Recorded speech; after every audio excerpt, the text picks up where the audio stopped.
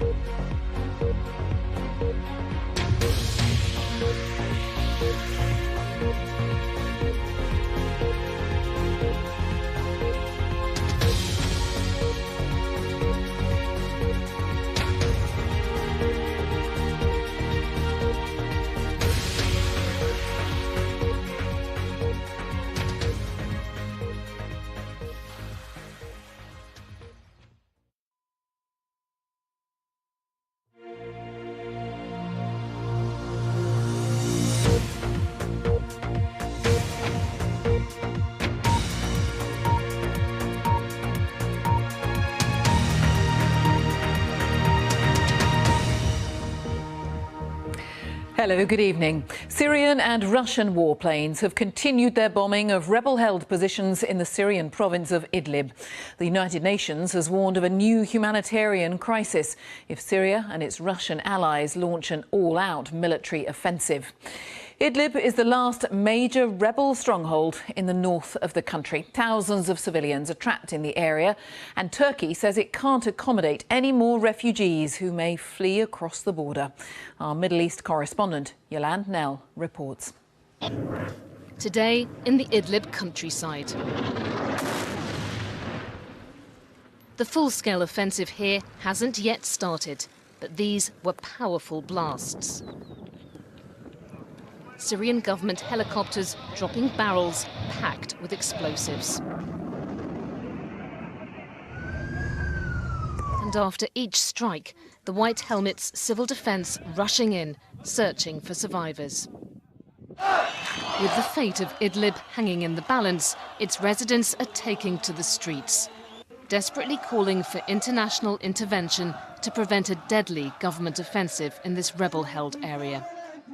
But President Assad, surveying territory already recaptured by his forces, now looks on course to win back all of Syria, supported by Russia and Iran.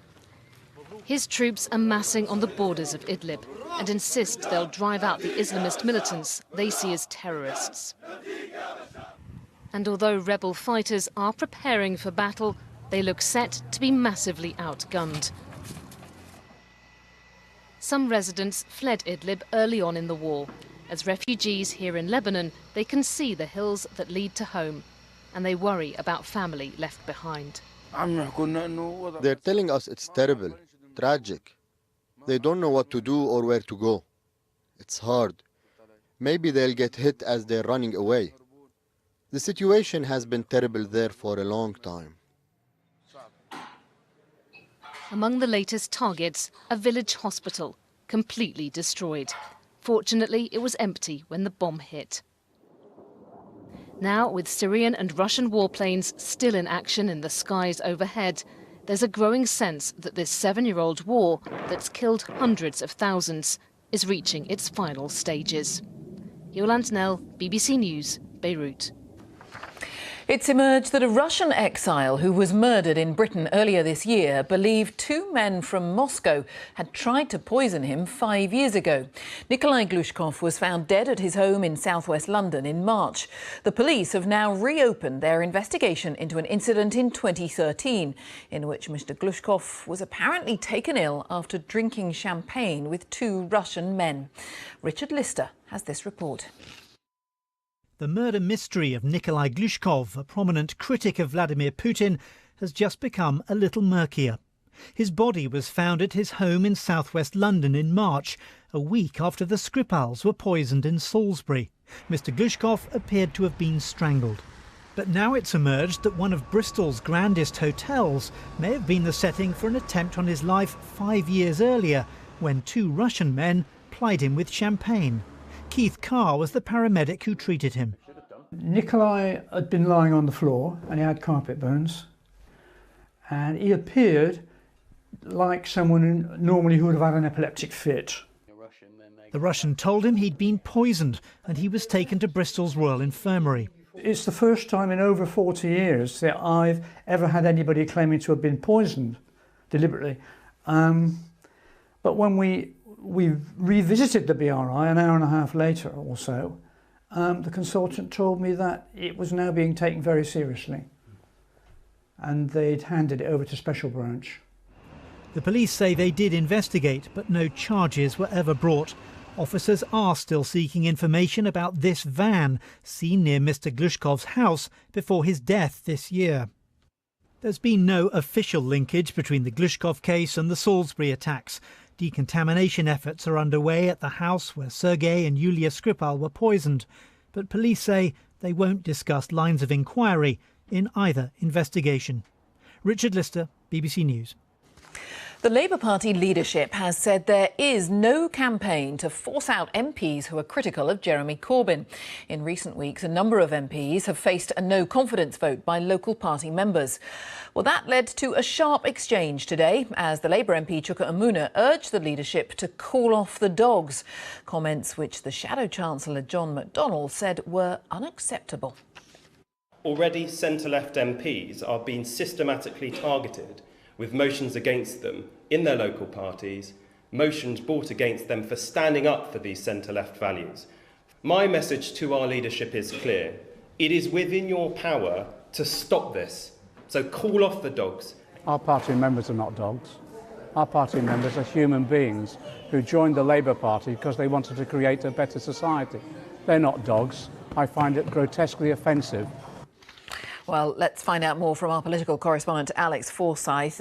What is going on here, Alex? Well, the divisions in Labour are pretty well documented, but what Chuka Umunna is saying there is that things have reached such a point that Jeremy Corbyn's supporters are trying to deliberately oust the so-called moderate MPs. Now, he's made that claim after 3 MPs, all of whom have criticised the party leadership, were subject to no confidence votes by their local parties. Now, they are just symbolic, but people are suggesting that this is part of a wider campaign.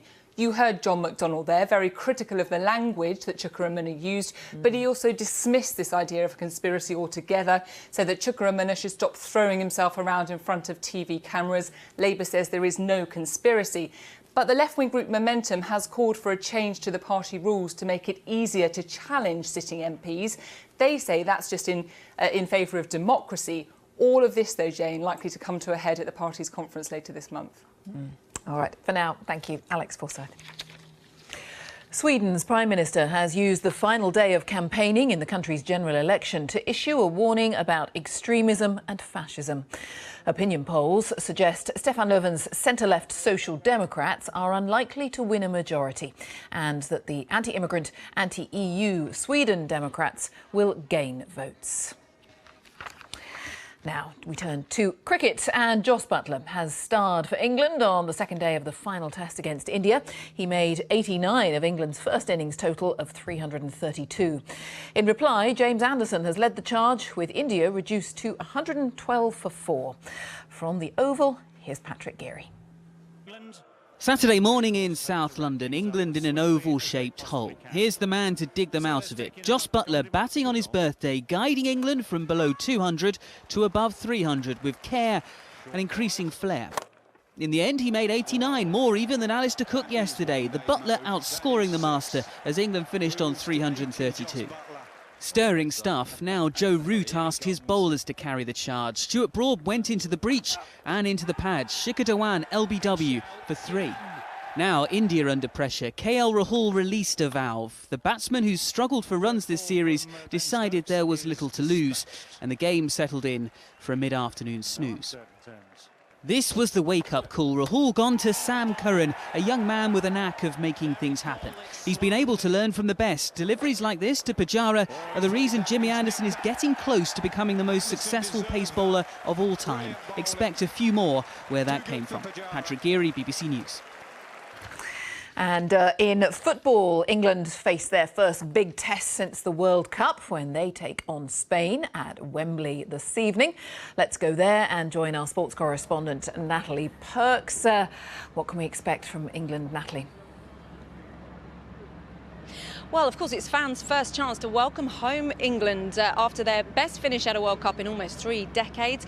Captain Harry Kane, he picked up the Golden Boot in Russia for scoring the most goals. He'll actually collect that award here tonight in front of a sellout crowd. And Gareth Southgate has welcomed the raised expectations, but in his own words, the summer is over. And now England have to prove that that top 4 finish was no fluke by beating the top nations like Spain. Now, remember, tonight's match is not a friendly. It's part of this new UEFA Nations League.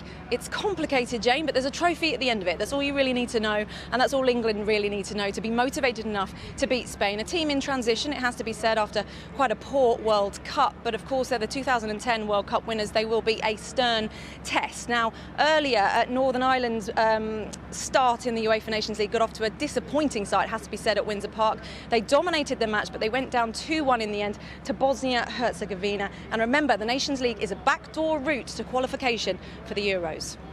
All right, Natalie, enjoy the game. Thank you, Natalie Perks at Wembley. That's it from me. I'll be back with the next news on BBC One at 10:35. Now it's time for the news wherever you are. Bye-bye. Sweden is often seen as a model society, but lately some are painting a different picture of a country where crime and immigration are out of control. Our World, A Tale of Two Swedens, tonight at 9:30 p.m. on the BBC News Channel. Follow the story, whatever you're doing, wherever you are. You can follow every moment in depth with BBC News. Get the full story at bbc.co.uk/news. Get the headlines as they happen with the breaking news alert. And keep up with events by watching the BBC News Channel in the app. Follow the story wherever you are with BBC News.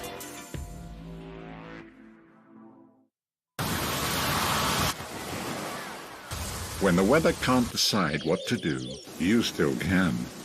To know what's coming, check the BBC Weather app.